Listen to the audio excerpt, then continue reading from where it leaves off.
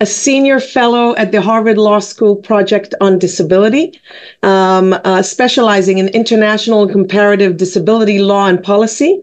I'm looking forward to hear you, Janet, talk about Article 11 in the CRPD. Janet, please. Well, thank you so much, Mikal. Thank you, Yuval, Orit, and the great team at Access Israel. It is just a wonderful honor to be here talking about an issue that I am incredibly passionate about. Now, my name, as Mikal said, is Janet Lord. I am with the Harvard Law School Project on Disability, and I'm also with the Center for International and Comparative Law at the University of Baltimore Law School in the great city of Baltimore, Maryland. I am sitting in my office. I am a woman of Northern European descent, Caucasian. I have short hair, and I'm wearing green glasses, a white shirt, and a sort of light blue wrap. And I'm in my office surrounded by international law books that keep me feeling very happy. So I'm going to share my screen and we will get started.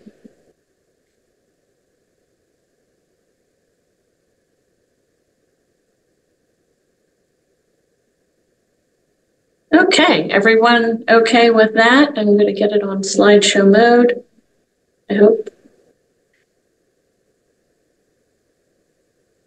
Okay, all good?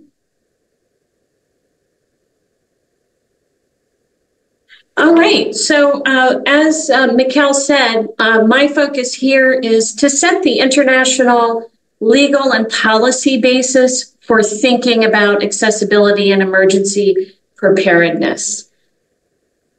And I'm going to talk about Article 11 of the Convention on the Rights of Persons with Disabilities, some of the core principles in the convention that relate to our topic, and I will touch on the broader international policy landscape and entry points for thinking about disability inclusion, and then talk a little bit about what the Committee on the Rights of Persons with Disabilities has had to say about this particular issue. And in fact, they are starting to focus on it in earnest. The committee will be writing a general comment on Article 11, which will provide, I hope, a really good guidance for governments and organizations of people with disabilities on this issue. So the Convention on the Rights of Persons with Disabilities is now nearly universally adopted. So the framework is really important for as an advocacy tool and as a basis for improving legal systems and policies on the protection of persons with disabilities in all situations. I'll stop you for a second. It's not on presentation mode. It's we see your comments. So if you want to change switch screens, I hate it when it happens to me. So I had to look in and. All right, let me see if I can set it up on. Is that better? No, it's still the same. A different screen you have to choose. Oh my gosh. Okay. Wonder why that is. I think like this is better. You see it larger and you can. Is this it? No, still not working.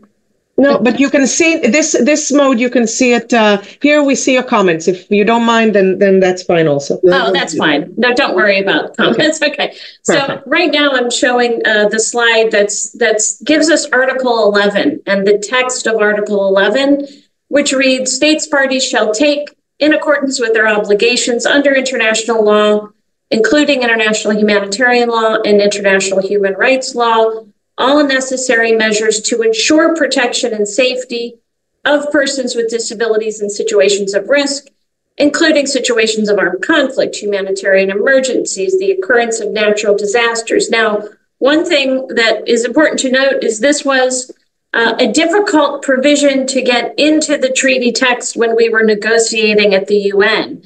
But we got it in, and we felt that it was absolutely critical One of the reasons we were able to get it in was that we experienced during the drafting of the treaty both Hurricanes Rita and Katrina in the United States and the Asian tsunami. So that really focused the attention of states on the issue, and I think got us over the edge in terms of lobbying for the inclusion of a specific provision on protection that, as you'll notice, it brings in not only disability rights principles and the entire framework of the convention, but it touches on other areas of international law where there are protections for people in situations of risk. So it's a really unique treaty provision in human rights law because it is expanding out its reach to other areas of international law where protection exists. And we are called on to read the CRPD principles into those other domains of international law, which is incredibly important.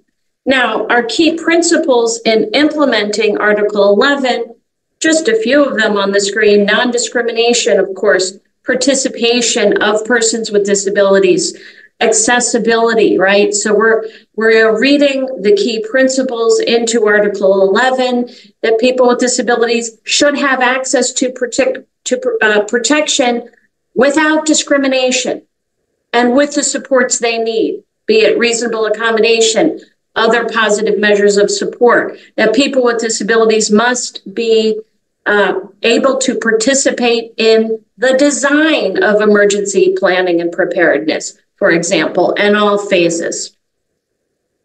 The international policy landscape has been, since the adoption of the Convention on the Rights of Persons with Disabilities, developing along the lines that we would hope. In other words, even the sort of general non-disability specific frameworks are starting to reflect a much more disability inclusive sensibility, right? So the Sendai framework, for example, that addresses all pillars of disaster preparedness is actually pretty disability inclusive. That is important, and we're starting to see governments integrate disability inclusive approaches when they are adopting laws and policies based on the Sendai framework. So that's been an important development, much more disability inclusive than the prior instruments that address disaster preparedness. The Sustainable Development Goals are also far more disability inclusive than the prior Millennium Development Goals that said pretty much nothing about disability. And there's various targets and measures in the Sustainable Development Goals that relate specifically to our topic of thinking about protection, equality, inclusion, and so forth. So that's been a pretty exciting development. The Paris Agreement on Climate Change also specifically references persons with disabilities, and there's been a lot of exciting work that's been done that is showing the impact of climate change on individuals with disabilities. Security Council Resolution 2475, adopted in 2019, is really setting the stage for what we like to call a disability, peace, and security agenda at the United Nations. So another important resolution, first one adopted by the Security Council, addressing persons with disabilities and protection issues. Really exciting. And then another important development was the Interagency Standing Committee Guidelines on Disability Inclusion and Humanitarian Action. That's a very useful document that provides specific guidance in the context of humanitarian action that can give guidance to groups working on the ground in an emergency situation to ensure that their programming and response is actually meeting the needs of individuals with disabilities. So all of this has happened since the adoption of the convention in 2006, and it's a real paradigm shift from what we had previously, which was really the invisibility of disability in all of the international law and policy frameworks that addressed situations of risk and protection. So now, at least, we are sort of on the agenda. There's still, as you all know, lots of work to be done, but these law and policy instruments are really helpful and important for us to leverage disability inclusion.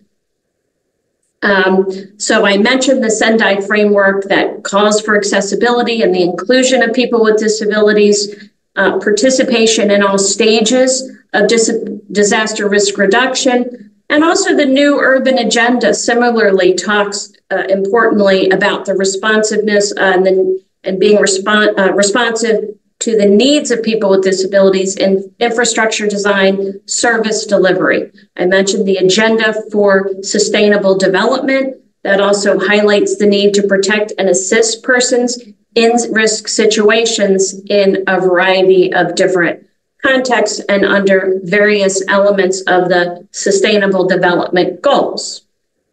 The Paris Agreement, as I referenced, does acknowledge that people with disabilities are stakeholders in respecting, promoting, and considering obligations, including when taking actions to address climate change. And there's other instruments out there that I mentioned, the Interagency Standing Committee Guidelines, Security Council Resolution, the Small Islands Developing States Accelerated Modalities of Action is disability inclusive, and we're seeing donor strategies and frameworks also addressing disaster risk reduction. So if you look at the World Bank's framework on their disability inclusion and accountability framework, it addresses in some detail disaster risk reduction and strategies for disability inclusion. So what finally has the CRPD committee, the committee that monitors the implementation of the convention, have to say about Article 11? Well, they're starting to say a lot more about it in recent years. They're emphasizing that emergency response and the measures taken during recovery very often do not address specific risks for and impact on people with disabilities. The committee has consistently urged states to implement the Sendai framework approaches that, again, are disability inclusive. The committee has underscored the lack of systematic data collection on the impact of emergencies and disasters on people with disabilities, and is really focused in its recommendations on telling states to collect disability data. They're also promoting the use of the Interagency Standing Committee guidelines on the inclusion of people with disabilities in humanitarian action, and urging specific measures to ensure that evacuation mechanisms, warning systems, shelters, transport, and humanitarian support facilities are accessible for people with disabilities. And so what have they said in their concluding obligations? They are highlighting that the legal frameworks that states have in place are not up to task. They are not integrating the principles of the convention or the Sendai framework into their legislatures, their legislative actions and policies on disability, disaster risk reduction in a disability inclusive manner. Emergency management bodies are struggling to put disability inclusive practices into effect. I have seen this close up where emergency management bodies are simply saying, we have no idea what we're doing. So there's still a lot of work to be done. Guidance for implementation is still limited at the national level, but we're starting to see good practices as the Zero Project has certainly highlighted some of those. The committee is underscoring the gaps, but they persist, and organizations of people with disabilities are facing barriers in being included in decision-making on disability inclusive emergency. So that is kind of the 30,000 foot view of what's going on at the international law and policy level. My call to action is share your good practices. If you've got national level legislation or other good practices on implementing Article 11, please share them. That's work we're doing at the Harvard Law School Project on Disability. Share good practices on how organizations of people with disabilities are actively participating in emergency planning, particularly interfacing with governmental bodies, and join the newly launched International Disability Peace and Security Network. You can contact me at the Harvard Law School Project on Disability. My email is indicated, jlord@ubalt.edu, or my colleague William Pons, will.pons@gmail.com.